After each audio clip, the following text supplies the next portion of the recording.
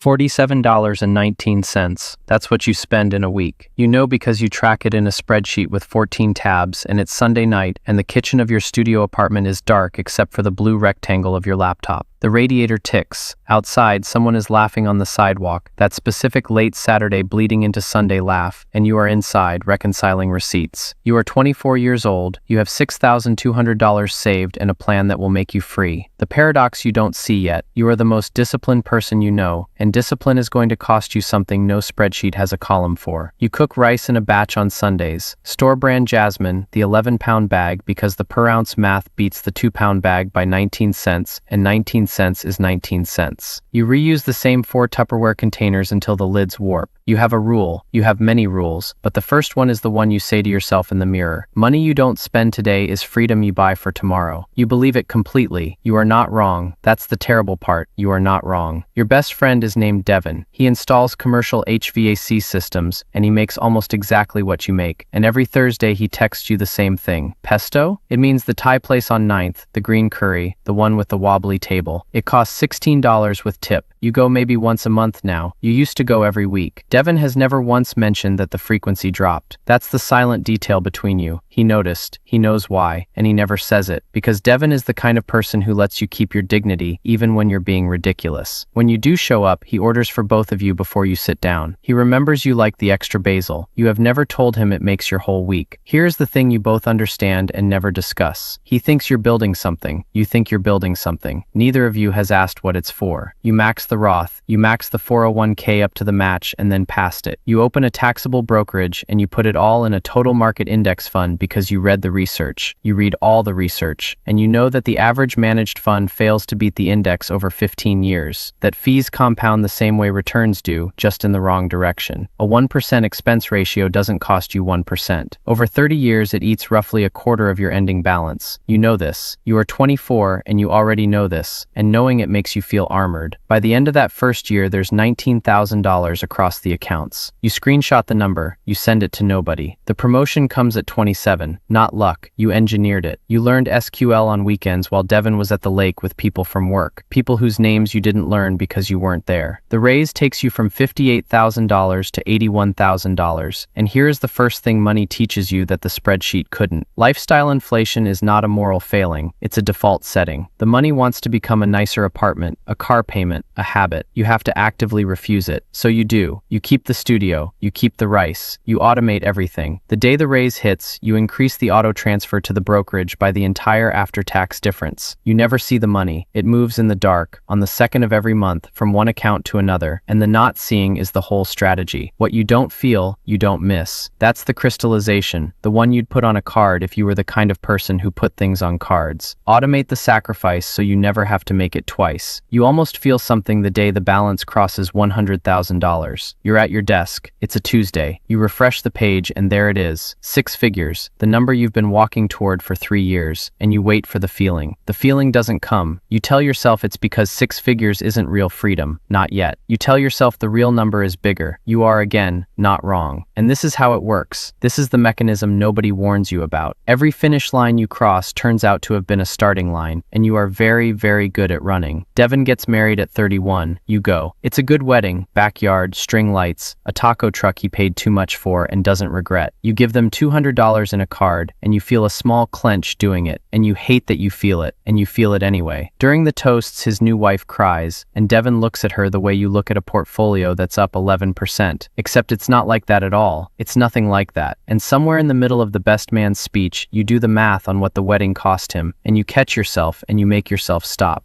You drive home early. Your car is a 2014 Corolla you bought used with 60,000 miles, and you will drive it for 11 more years. On the highway, you pass an exit for the lake. 33.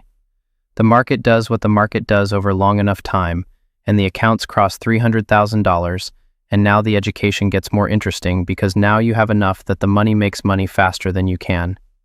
Your annual return in a good year exceeds what you saved that year from your salary. This is the crossover, the quiet hinge of every wealth story, the moment your capital starts working harder than you do. You read about it for years. Living it is different.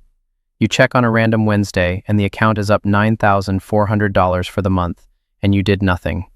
You went to work. You ate rice. You You start learning the machinery of the wealthy because you can finally afford to. You harvest tax losses in the December drawdown, sell the funds that are down, book the loss against your gains, buy a nearly identical fund 31 days later to dodge the wash sale rule. It saves you $2,800 in tax that year. You feel the specific pleasure of a system understood and exploited. It's the closest thing to joy you felt in a while, and you notice that, and you file the noticing away somewhere you won't look at it. Around here is when Priya starts at the firm. She sits 2 desks over. She makes what you make, roughly, and she spends it in a way that would have horrified your 24-year-old self. She takes the trip to Lisbon. She has the standing Friday reservation. She leases a car she can't quite justify. You watch her Venmo feed the way you'd watch a car accident. She is your control group. She is the road you didn't take, spending her 30s in real time while you compound yours, and you feel, watching her, the clean certainty of a person who has done the math. You are certain right up until the afternoon she comes back from Lisbon and describes a specific hour, a rooftop, a particular light on the tiles, a stranger who became a friend, and you realize you cannot describe a single hour of your 33rd year that wasn't a transaction. You go back to your spreadsheet. The certainty comes back. It always comes back. That's what makes it dangerous. The numbers get bigger and the details get sharper, which is the opposite of what happens to most people. Most people go blurry as they get rich. You go into focus. At 36, you restructure your consulting side income into an S-corp, and the reasonable salary plus distribution split saves you roughly $14,000 a year in self-employment tax, and your accountant files the paperwork on a Thursday, and you feel nothing, and you notice that you feel nothing, and you remember that at 24 you would have wept over $14,000. $14,000 used to be your entire savings, and now it's a footnote your accountant handles on a Thursday. Time folds. The distance between the two versions of you is measured in dollars, and it is the loneliest measurement you own. At 38, the taxable account and the retirement accounts and the S-corp reserves cross $800,000, and you learn the last trick, the one the truly wealthy use, the one that changes how you see everything below it. You don't have to sell your assets to spend. You can borrow against them. A securities-backed line of credit lets you pull cash against the portfolio at a low rate without selling a single share, which means you never trigger the capital gains tax, which means the assets keep compounding while you spend, which means if you time it right and hold until you die, your heirs inherit at a stepped-up cost basis, and the gains are never taxed at all. Buy, borrow, die. It has a name. The richest people in the country run their whole lives on it. You understand it completely. You are 38 and you understand the exact machinery by which fortunes avoid ever being taxed, and you are standing in the same studio apartment, and you have not bought a single thing you wanted in 14 years, because you could never once decide that you, specifically, were worth the withdrawal. There's no rule for this part. This is where the spreadsheet ends. This part just sits in your chest. The call comes on a Tuesday in March. You're 41. It's Devin's wife. Devin had a heart attack on a job site, the young kind, the kind that doesn't care that he was 41 and lifted weights and drank his greens. He didn't make it to the hospital. You sit on the floor of your apartment, back against the kitchen cabinet, phone still in your hand, and you try to remember the last time you had green curry at the wobbly table, and you cannot. You cannot remember. You know the number, though. You know you've saved $940,000. You can tell anyone that number to the dollar, and you cannot remember the last time you sat across from the one person who ordered for you before you sat down.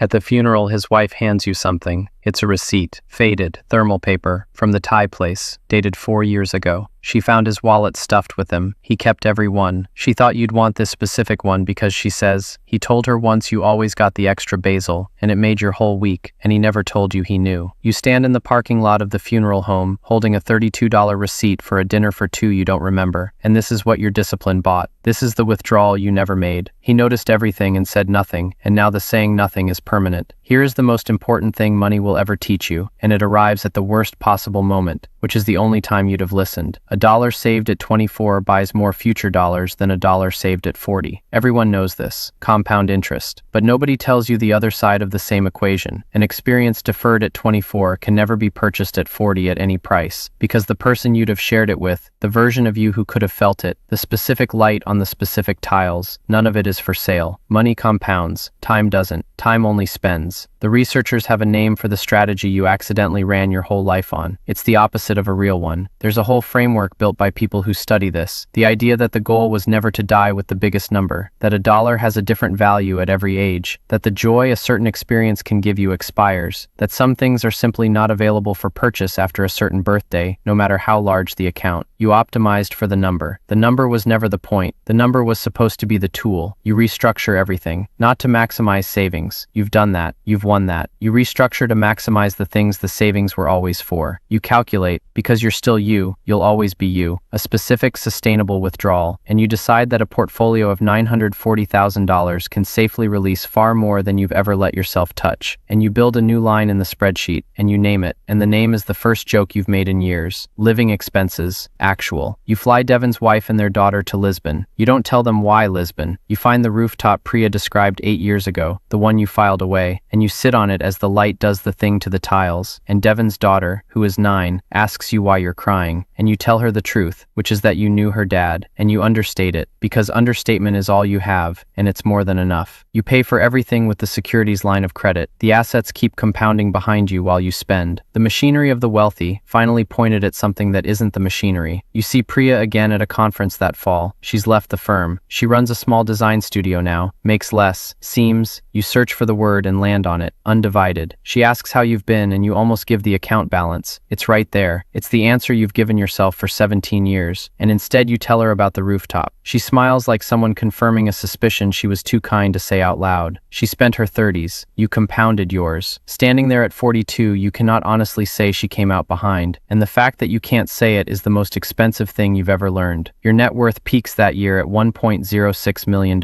You notice the number the way you'd notice the weather. It doesn't feel like a rival. It doesn't feel like anything, and you finally stopped waiting for it to. The absence of financial anxiety, it turns out, is not the presence of joy. It's just quiet. A room where the ticking stopped, and you can finally hear whatever else was in there the whole time. It's Sunday night. You're 42. The kitchen is dark except for the blue rectangle of the laptop. The radiator ticks. Someone is laughing on the sidewalk outside. Everything is exactly where it was 18 years ago except you. The spreadsheet is open. It still has 14 tabs. You still track every dollar, because that was never the problem. The tracking was never the problem. You scroll to the tab that used to say freedom. Under it, there's a number you spent this week, and it's not $47.19 anymore. And next to it, taped to the edge of the monitor where you have to see it every single time you open the thing, is a faded receipt for green curry, dinner for 2, extra basil. You never did ask Devin what he was building. You never asked yourself either. You still don't know if you started living in time.